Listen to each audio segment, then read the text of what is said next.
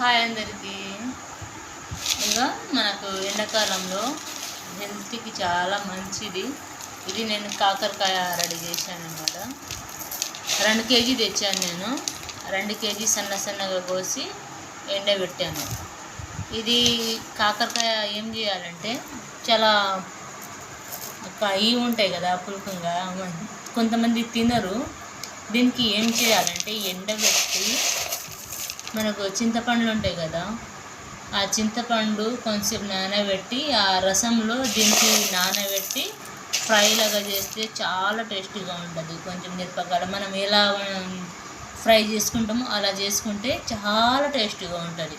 నేను ఎప్పుడైనా ప్రతి సంవత్సరం ఇలాగే చేస్తాను. కాకరకాయలు 2 kg రెడీ చేసి పెట్టుకున్నాను. 2 సార్లు తిన్నాం కూడా దీంట్లో. కానీ ఎలా మంచిగా ఉంటుందంటే మనం ఖచ్చితంగా చింతపండు గుజ్జు రసం ఉంటాయి కదా, దాంట్లో మాత్రమే నానబెట్టి వేస్తేనే చాలా టేస్ట్ ఉంటుంది. ఇలాగే నేను దొండకాయ కూడా ఇలా తయారు చేస్తున్నాను. ఇక ఇప్పుడు 2 kg తెచ్చాను ఫ్రెష్గా కోసి ఎండబెట్టి.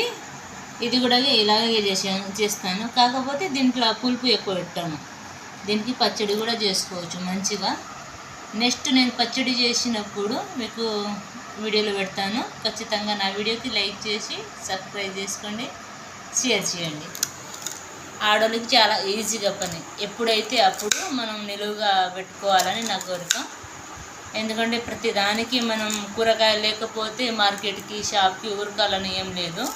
ఇట్లా నిలువుగా పెట్టుకోవాలి. ఫ్రిడ్జ్లో ఎక్కువ వాడకుండా మనం ఇలాగే నిలువుగా పెట్టుకోవాలని నా ఆలోచన. ఎందుకంటే దీనికి ఎలాంటి హాని ఉండదు, ఎలాంటి పురుగు పడదు. అప్పుడప్పుడు ఎండలో పెట్టుకుంటే చాలా మంచిది.